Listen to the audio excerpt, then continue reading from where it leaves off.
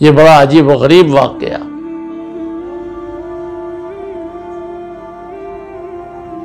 طبیعت شریعت بن جائے،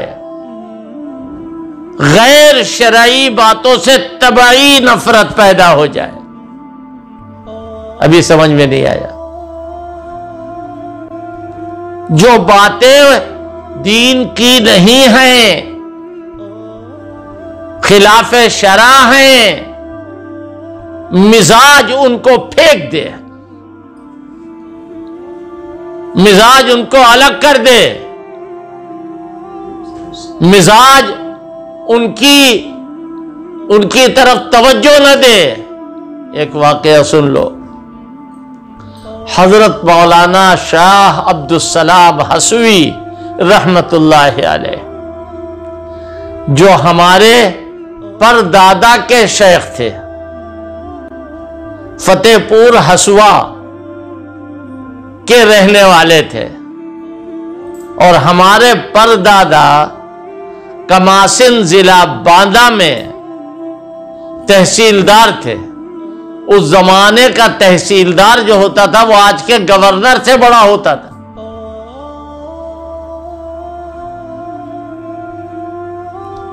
حضرت شاہ عبدالسلام حسوی رحمت اللہ علیہ، حضرت مولانا علی میاں رحمت اللہ علیہ فرماتے ہیں، بڑی پیاری بات، یہ حضرت کا قصہ ہے کہ ایک جگہ دعوت میں سب لوگ گئے،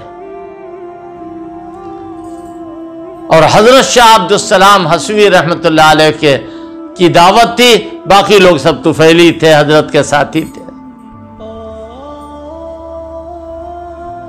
کھانا کھایا.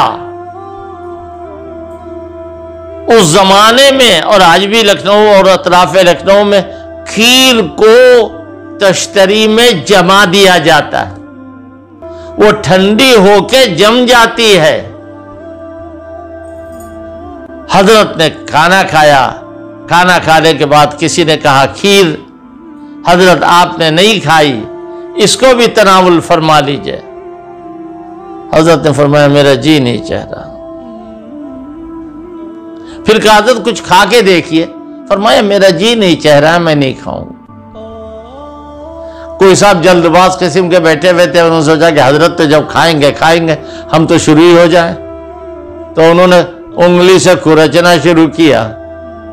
دیکھا اس تشتری کے اوپر تصویر بنی ہوئی، اس تشتری کے اوپر سے کھیر جمی ہے. کیا چیز ہے؟ انہوں نے کیوں کہا میرا جی نہیں چاہ رہا؟ وہ عالم الغیبی و شہادت ہے، ان کو نہیں معلوم کیا تھا، لیکن جی نہیں چاہ رہا ہے.